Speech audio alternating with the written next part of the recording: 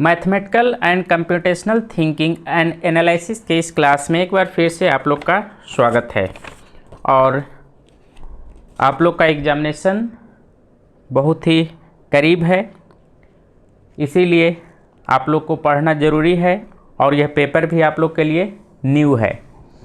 तो चूँकि question objective आने वाला है, इसलिए आपको ध्यानपूर्वक प्रत्येक टर्म को अच्छी तरह से जानने की आवश्यकता है। उसी क्रम में आपके स्क्रीन पर एक टर्म है अनग्रुप्ड एंड ग्रुप्ड डेटा। क्योंकि स्टैटिक्स में अगर आपको अनग्रुप्ड डेटा और ग्रुप्ड डेटा का कंसेप्ट अच्छी तरह से पता नहीं है तो आपको बार बार प्रॉब्लम होगा। तो एक बार ध्यानपूर्वक पूरे लेक्चर को सुन लेंगे, उसके बाद आपको कभी भी अनग्रुप्ड डेटा और ग्रुप्ड डेटा में डिफरेंस पता चल जाएगा, कोई भी कन्फ्यूजन नहीं होगा। तो चलिए स्टार्ट करते हैं।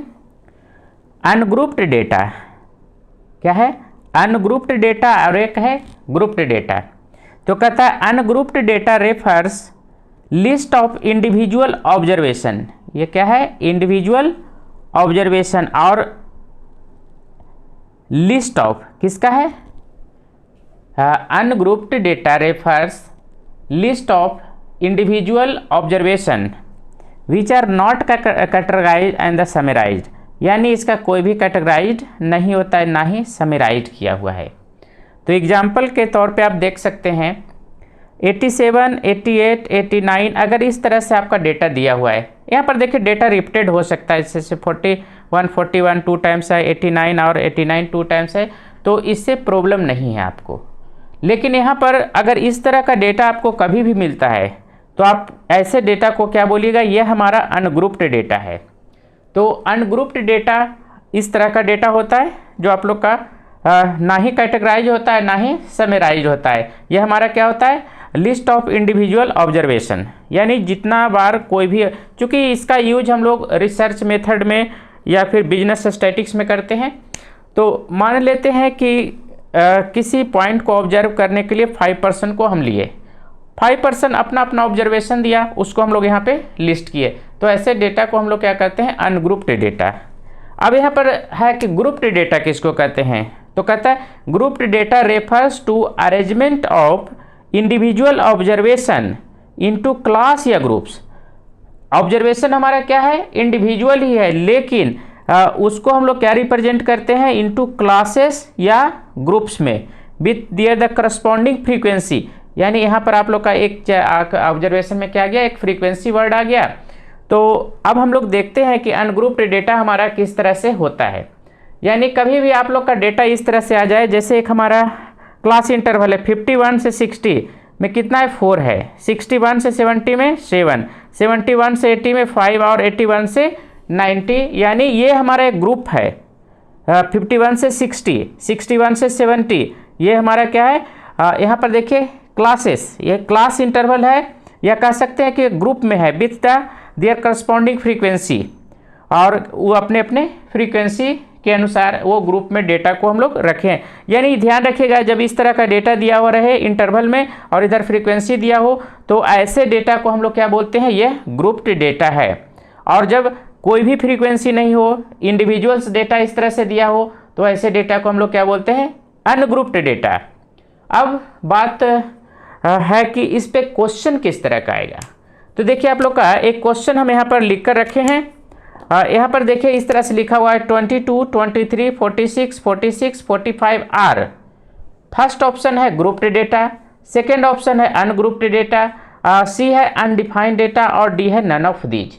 तो अगर आप अभी तुरंत यानी फ्रीक्वेंटली स्टडी के बाद आप बता सकते हैं कि इस तरह का क्वेश्चन अगर आपके एग्जामिनेशन में मिलता है, और अगर 1 टाइम्स भी अगर आप इस वीडियो लेक्चर को देख चुके हैं, तो आपका कभी भी क्वेश्चन रॉन्ग नहीं होगा।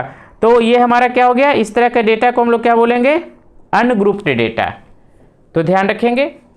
तो एक क्वेश्चन और हमारे पास है, देखिए क्लास इंटरवल दिया हुआ है, फ्रीक्वेंसी दिया हुआ है और इस तरह का डेटा है आर, और क्वेश्चन है grouped data, ungrouped data undefined data और नन ऑफ दीज।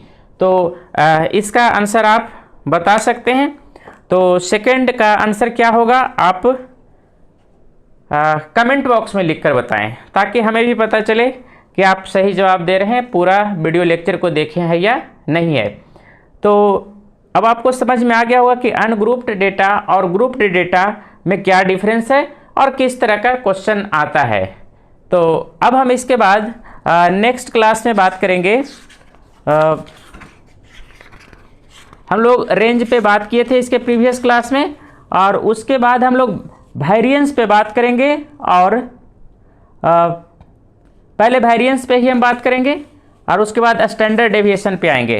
तो वेरिएंस और स्टैंडर्ड डेविएशन पर हम लोग नेक्स्ट लेक्चर में बात करेंगे। तो जो विद्यार्थी को वीडियो लेक्चर अच्छा लग रहा है, वैसे विद्यार्थी कमेंट करके ज़रूर बताएंगे, तब आगे का लेक्चर बनाएंगे। चूँकि अगर समझ में आ रहा है तो आगे का कंटिन्यू करेंगे, अगर नहीं समझ में आ रहा है तो ब्रेक कर देंगे। वो आपके जवाब पे निर्भर करेगा कि आगे का लेक्चर आएगा या स्टॉप होगा। तो इस क्लास में हम लोग बात किए अनग्रुप्ड डेटा और ग्रुप्ड डेटा। उम्मीद है आपको यह ग्रुप्ड और अनग्रुप्ड डेटा में डिफरेंस समझ में आ गया होगा।